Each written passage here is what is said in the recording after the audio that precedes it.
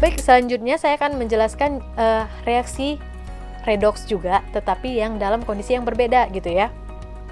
Nah, yang pertama itu nanti ada yang namanya reaksi autoredoks atau disebut juga dengan reaksi disproporsional. Nah, reaksi autoredoks disproporsional ini adalah reaksi di mana satu unsur mengalami reduksi dan oksidasi sekaligus. Jadi dia bertindak mengalami reduksi dan oksidasi di dalam waktu yang bersamaan gitu ya. Nah, contohnya misalnya gini nih. Cl2 ditambah dengan 2KOH menghasilkan KCl ditambah KClO ditambah H2O. Nah, untuk menentukan itu kita harus mencari dulu bilangan oksidasi masing-masing unsur gitu ya. Nah, Cl2, ingat Cl2, Cl sama Cl berarti dia homo Miss. Oke, kalau dia homo berarti bilangan oksidasinya berapa tadi? Oke, benar. Berarti Cl2 bilangan oksidasinya adalah 0 gitu ya. Nah, kemudian kita lihat Cl di sebelah kanan. KCl, ingat K itu biloksnya plus 1. Berarti Cl-nya supaya dia jumlahin hasilnya 0. Maka Cl-nya minus 1. Lanjut KClO. Kita cari biloks Cl-nya. Ingat KClO senyawa netral, berarti dijumlahkan biloksnya harus sama dengan 0. K itu plus 1, O minus 2, berarti supaya hasilnya 0 Cl-nya harus berapa? Iya, harus plus 1. Nah, perhatikan di sini terdapat perbedaan bilangan oksidasi. Ada terjadi perubahan. Nah, kita lihat Cl dari 0 menjadi minus 1. Di sini mengalami penurunan. Nah, apabila mengalami penurunan berarti reaksi yang terjadi adalah reaksi reduksi gitu ya. Nah, kemudian kita perhatiin lagi di sebelah kiri Cl 0.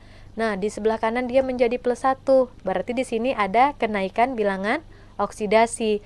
Nah, di sini berarti disebut dengan reaksi oksidasi. Nah, cukup mudah kan? Oke, itu untuk reaksi disproporsionasi. Nah, nanti ada juga yang namanya reaksi konproporsionasi gitu ya. Nah, ini adalah kebalikan disproporsionasi. Kalau tadi satu zat itu mengalami reduksi dan oksidasi sekaligus, nah di reaksi konproporsionasi ini berarti satu zat atau satu unsur itu merupakan hasil reaksi reduksi dan oksidasi sekaligus. Gitu ya. Nah, contohnya misalnya 2H2S direaksikan dengan SO2 menghasilkan 3S ditambah 2H2O. Nah, kita cari dulu bilangan oksidasi S di sebelah kiri. Pada H2S, ingat H itu plus 1 karena ada 2 H-nya berarti plus 2. Maka S-nya itu biloksnya adalah minus 2. Kemudian pada SO2 juga senyawa netral, berarti jumlah biloksnya sama dengan 0. Gitu ya. Nah, O itu bilangan oksidasinya minus 2. O-nya ada 2 Miss, berarti jadi minus 4 dong. Nah, kalau O-nya minus 4 berarti S-nya itu harus plus 4 gitu ya. Nah, kita perhatiin S sebelah kanan. Yuk, S-nya di situ sendirian Miss, nggak ada temennya, berarti dia single gitu ya. Kalau single berarti dia biloksnya berapa?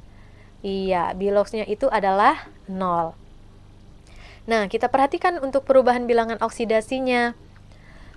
Nah, dari minus 2 menjadi 0, berarti di situ mengalami kenaikan kan? Naikkan dari minus 2 ke 0, itu berarti naik ya. Kalau naik, berarti dia mengalami reaksi oksidasi. Nah, kemudian dari plus 4 menjadi 0, berarti di sini terjadi reaksi apa? Iya, penurunan Miss, penurunan biloks. Oke, kalau penurunan biloks berarti dia merupakan reaksi reduksi. Oke, sampai sini paham ya semuanya? Nah, ini adalah istilah dalam reaksi redoks yang harus kalian ingat. Yang pertama itu ada yang namanya oksidator. Oksidator berarti pelaku ya. Nah, oksidator itu adalah zat yang mengalami reduksi gitu ya.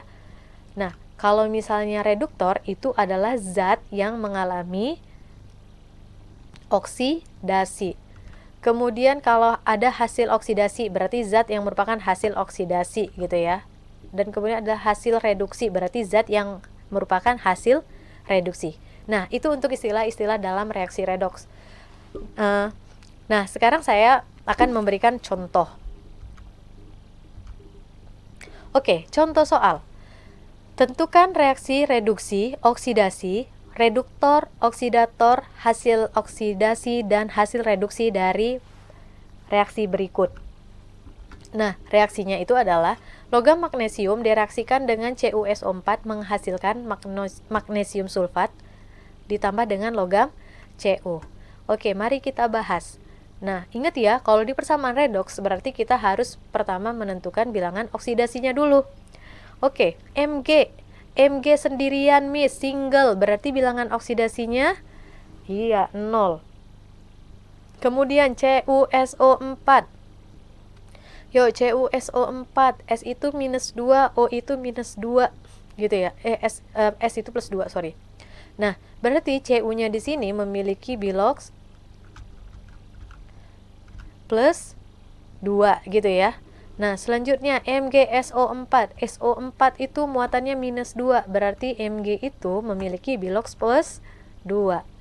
Cu itu single, dia sendirian, berarti biloxnya 0 ya. Nah, perhatiin unsur-unsur yang mengalami perubahan bilox ya. Oke, yang pertama Mg. Mg bilox 0 berubah menjadi plus 2. Berarti di sini ada kenaikan bilangan oksidasi.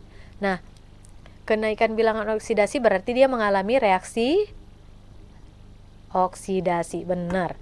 Nah, lanjut, berarti Cu dari dia plus 2 berubah menjadi menjadi 0 ya. Oke, berarti di sini terjadi penurunan bilangan oksidasi. Berarti di sini adalah reaksinya reduksi. Oke, sekarang kita menentukan reduktor. Reduktor tadi apa? Oke, zat yang mengalami oksidasi. Di sini siapa zat yang mengalami oksidasi? Iya, itu adalah Mg. Maka reduktornya adalah Mg. Nah, kemudian oksidatornya berarti zat yang mengalami reduksi. Berarti di situ adalah CuSO4 gitu ya. Nah, hasil oksidasinya MgSO4 dan hasil reduksinya adalah Cu. Nah, itulah contoh untuk mengerjakan persamaan reaksi redoks. Nah, sampai sini kalian semua udah paham kan? Nah, untuk meningkatkan pemahaman kalian, setelah ini saya akan memberikan soal latihan untuk pertemuan kita hari ini. Nah, nanti soalnya boleh kalian SS, kemudian kalian kerjakan. Deadline-nya itu adalah sampai hari ini, hari Senin 19 hari Jumat ya, 19 Februari 2021 pukul 17.00 atau pukul 8 malam deh. Oke. Nah, di sini ada 3 soal. Mungkin sekian untuk materi pertemuan kita hari ini. Kita akan ketemu di next berikutnya. Jangan lupa like dan komennya. Assalamualaikum warahmatullahi wabarakatuh. Dadah semuanya. Semangat pagi.